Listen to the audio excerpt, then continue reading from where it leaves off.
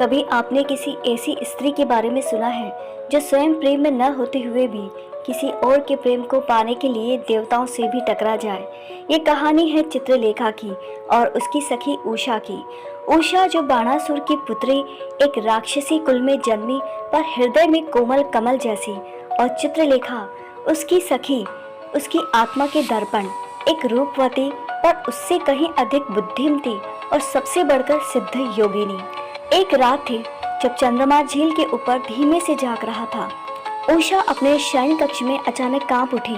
उसके अधरों पर एक नाम नहीं था, पर आंखों में एक चेहरा उभर आया। सुबह होते ही वह चित्रलेखा के पास दौड़ी। चित्रलेखा, मैंने फिर वही स्वप्न देखा है। एक युवक मेरी ओर देखता है। उसकी आंखों जैसे जन्म की पहचान लिए हो, पर मैं उसका नाम नहीं जानती। चित्रलेखा उसकी आंखों में देखती रही। वह कोई साधारण सपना नहीं था, यह पूर्व जन्म की किसी गांठ का दोबारा खुलना था। चित्रलेखा ने उसी दिन प्रण लिया, मैं तेरे स्वप्न राज को खींच लाऊंगी सखी। वह एक महान चित्रकार थी, केवल खूंची और रंग से नहीं बल्कि योग बल से भी। उसने भारत के अनेक राज्यों के राजकुमारों के चित्र उकेरे। पाटलिपुत्र, मगध, हस्तिनापुर, उज्जैनी, मथुरा, एक के बाद एक चित्र बनते गए।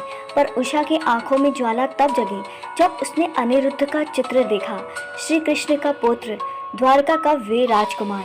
उसने चित्र को थाम लिया, जैसे उसके जीवन की सांसें उसमें बस गई हो। यही है चित्रलेखा, यही है वो। अब चित्रलेखा की परीक्षा थी। प्रेम की रक्षा केवल शब्दों से नहीं होती। उसने साधना की, गहन साधना। एकांत में बैठकर योग बल साधा, आकाश गमन सिद्धि को जागृत किया। रात्रि के तीसरे पहर जब सब सो रहे थे, तब वह अपने मंत्रों से आकाश में उठी। उसका शरीर नभ में तैरने लगा। द्वारका की ओर उसने उड़ान भरी। द्वारका, वह नगरी जो समुद्र पर बसी थी, जहाँ श्री कृष्ण का वंश निवास करता था। वहाँ एक महल में अनिरुद्ध निद्रावस्था में था। चित्रलेखा एक क्षण उसके पास बैठी, उसके माथे को छुआ, धीरे से मंत्र पढ़ा, जिससे वह उसकी छाया में समा जाए। उसे न कोई आघात लगे न भय, और फिर हवा की तरंगों पर उसे लेकर उड़ चली। द्वारका से काशी तक कोई देख नहीं सका, कोई रोक नहीं सका। उषा के कक्ष में जब अनिरुद्ध की आंखें खुली तो सामने वह युवती खड़ी थी जो उसके स्वप्नों में भी आती रही थी।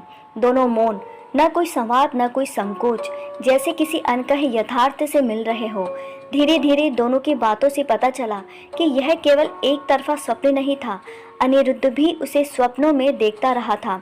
यह कोई साधारण प्रेम नहीं, यह आत्मा का पुनर्मिलन था। यह स्वर्ग जैसे